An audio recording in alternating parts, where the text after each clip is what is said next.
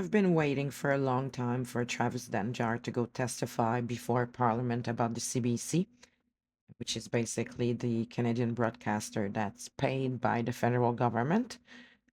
Just to give you an idea, the Canadian public's been paying to the tune of about $1.4 billion, and it was recently increased with an additional $150 million again. So after you watch this clip, you'll realize that the CBC is not telling the Canadian the truth. Um, it's not telling the Canadians how to think about an issue. It's basically telling us what to think about an issue.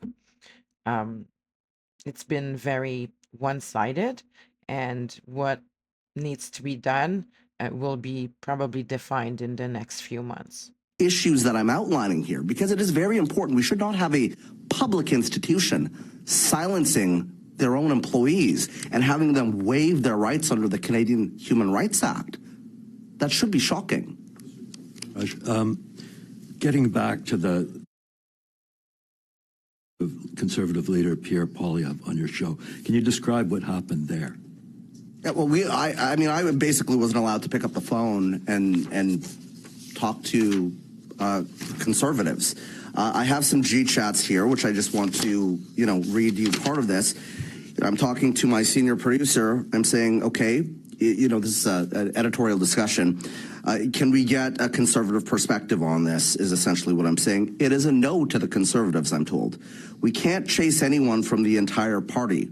The chase is with PNP. So if Power and Politics is not able to secure a conservative or somebody that presents an alternate perspective, then we are not allowed to.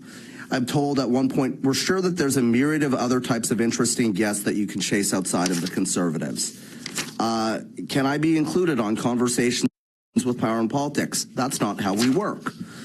I say to management, by playing petty office politics, we feed into conservative narratives that we have a bias against them. Canada Tonight is a melting pot of news of the day, and politics and decisions from it largely impact Canadians. So we need flexibility to respond to emerging stories. So yes, I wasn't even allowed to pick up the phone and call to request Pierre Poilievre. Look at what happened when I had Melissa Lantzman on my show, right? I was threatened to be pulled off the air, which CBC then said in a news statement they didn't threaten to do that. There are recordings of them trying to do this.